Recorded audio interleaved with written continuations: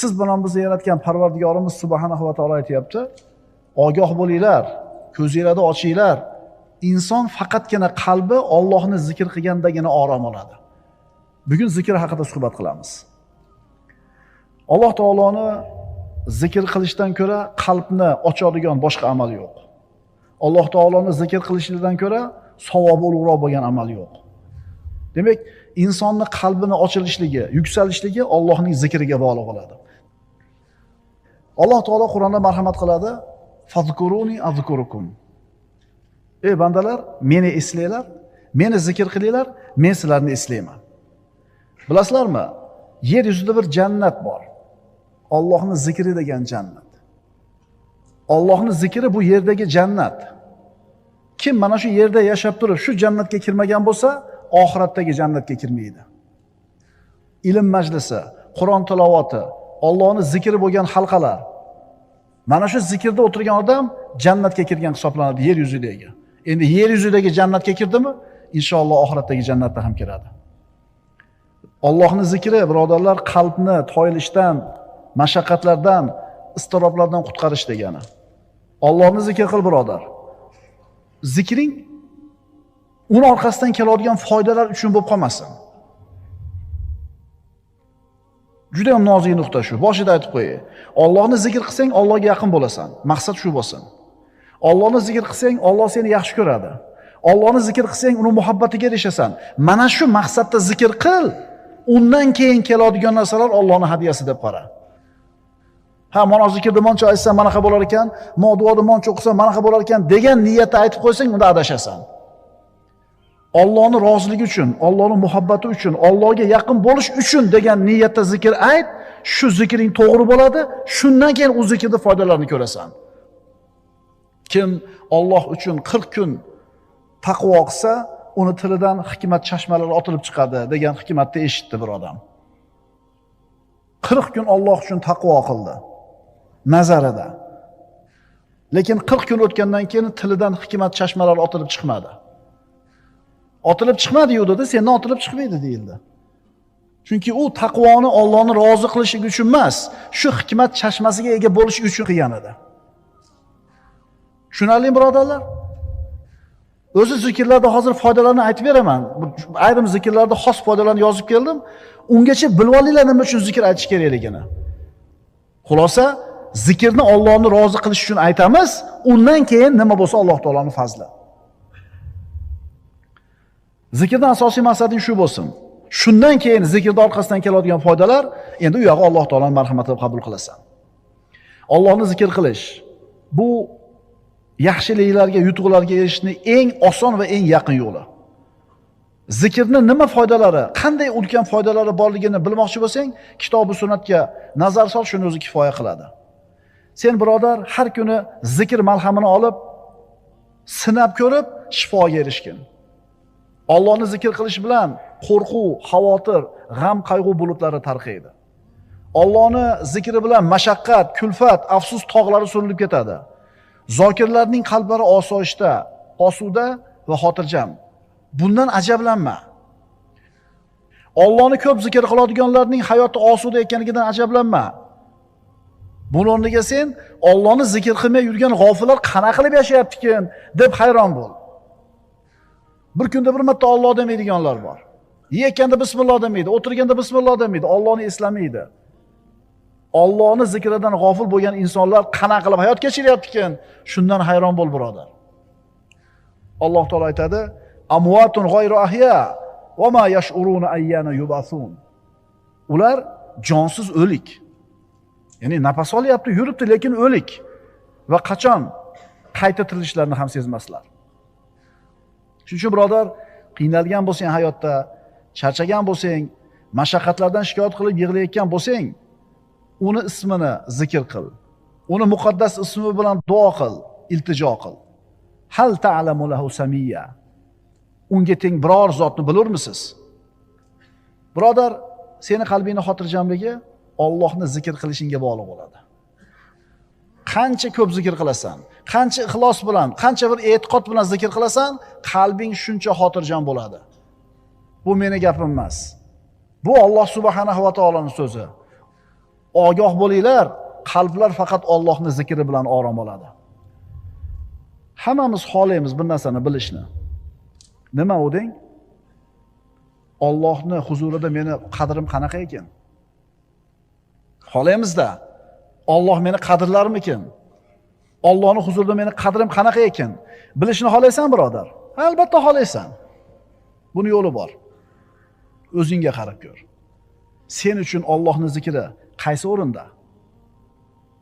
Allohning zikr qilishligini qadri senga qanchalar baland?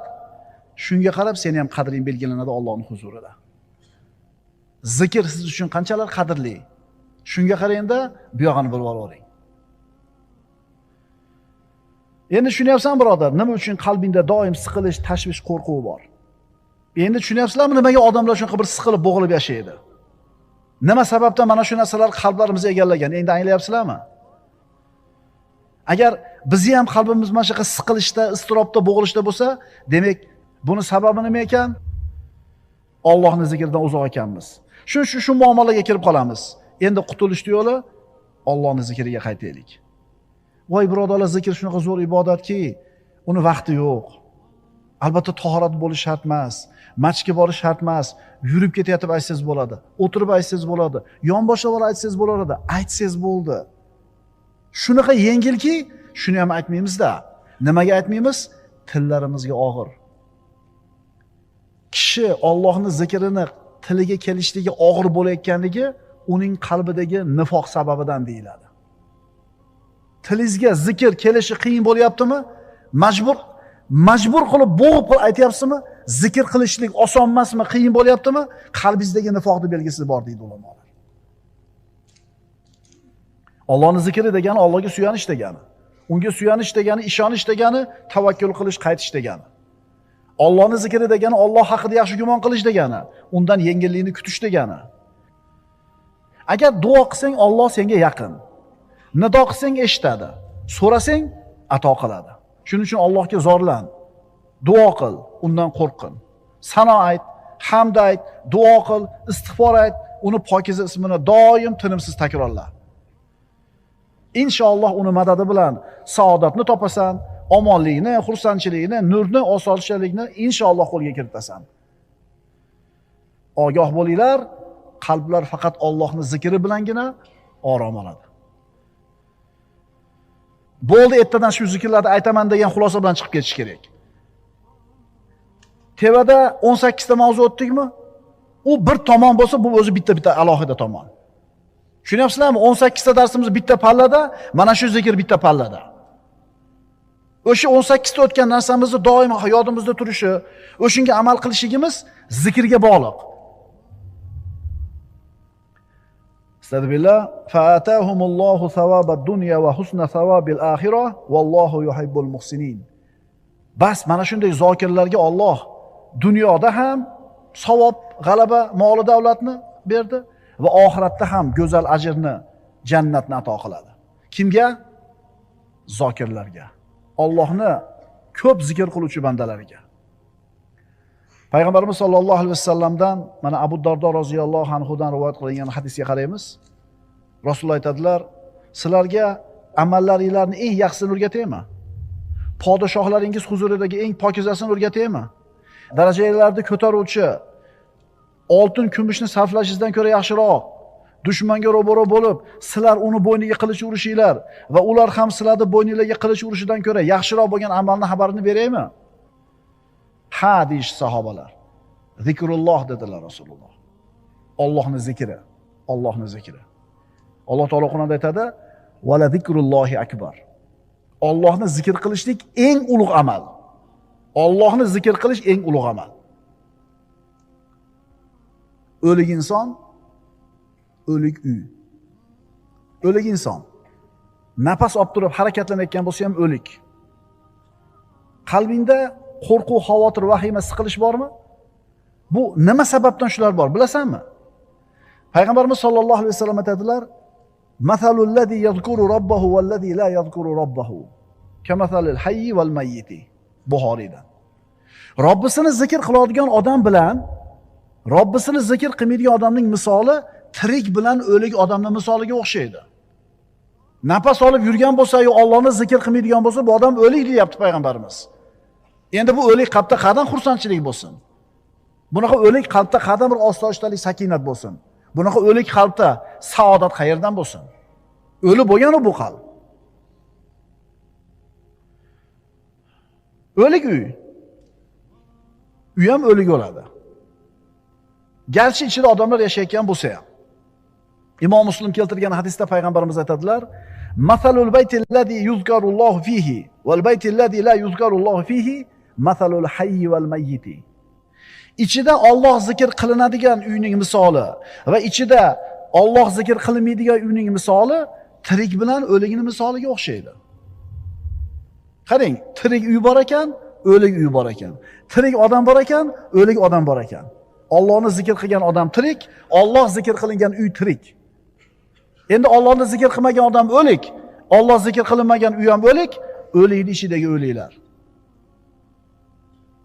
Uyingda birodar baraka yo'qmi? Osoyishtalik, sakinat yo'qmi? Qarab ko'rchi, uyingda Allohning zikri bormikin? Yo'q. Ko'pchilik uylarda Allohning zikri yo'q. Unda nima bor uylarda? Sanaymiz. Konsertlar, futbollar, masxarabozlarning tomoshalari, seriallar, oldi qochdi shoular. Agar seni birodar uyingda faqat shular bo'layotgan bo'lsa, sen qaysi saodatni uyingda istayapsan, birodar? Bunaqa Allohning zikri bo'lmaydigan uyda qanaqa sakinat bo'lishi mumkin? Axir bu uyga shaytonlar to'lib bo'lgan u. O'lik uyning ichidagi o'lik odamlar. Bir odam Alloh taolodan duo qilib bir hojatlarni so'raydi. Yana boshqa bir banda Allohni shunaqa ko'p zikr qiladiki, doim tili zikrda, zikr shunaqa band qilib qo'yganki, nimani so'rashligi esdan chiqib qoldi. G'ami, kamchiligi esdan chiqib qoldi. Endi buni holati nima bo'ladi? Rasululloh aytadilar: kimni meni zikr qilish o'zining hojatini so'rashdan to'sib qo'ygan bo'lsa, zikrni ko'p aytganligi bilan ovora bo'lib, ko'p zikr aytib, hojatini so'rash esdan chiqib qolsa, bas men unga so'rovchilar so'raydigan narsalardan ko'ra afzalroq narsani ato qilaman. Siz zikrni qilavering-da, indamay qo'ying nima kerakligini. Chunki Robbingiz o'zi biladi sizga nima kerakligini. So'rash ibodat. Zikr ham ibodat. Lekin zikrni qarang-da, ham zikr bo'lyapti, ham so'rash bo'lyapti bir vaqt o'zida. Shuning uchun aytildi-da, "Vala zikrullohi akbar." Allohning zikri eng buyuk amal. Alloh taolo aytadi: "Men bandamning men haqidagi gumonidaman. Agar u bandam meni zikr qilsa, men u bilan birgaman. Agar u meni o'zining nafsida zikr qilsa, men ham uni o'z nafsimda zikr qilaman." Alloh sizni zikr qilishi nima, bilasizmi siz? Aqlingiz bavar qiladigan narsa emas. Siz aqlingiz yetmaydi. O'ylang, bir mahallangizda bir odam bor edi yoki billa katta bo'lgan o'rtog'ingiz bor edi. Billa yasharingiz, bir kun kelib prezident bo'ldi. Mamlakatingizning prezidenti bo'ldi. Keyin rosa mansabda cho'qqisida turgan paytda bir intervyusida sizni esladi. Men maktabda o'qigan paytimda falonchi o'rtog'im bo'lardi. Shu mana fandan menga yordam berar desa, bilasizmi qanday baxtli his qilasiz o'zingizni? Chunki sizni kim zikr qildi? Kim esladi sizni? Prezident. Endi Alloh sizni zikr qilsa, bilasizmi nima bu siz uchun? Bu sakinat,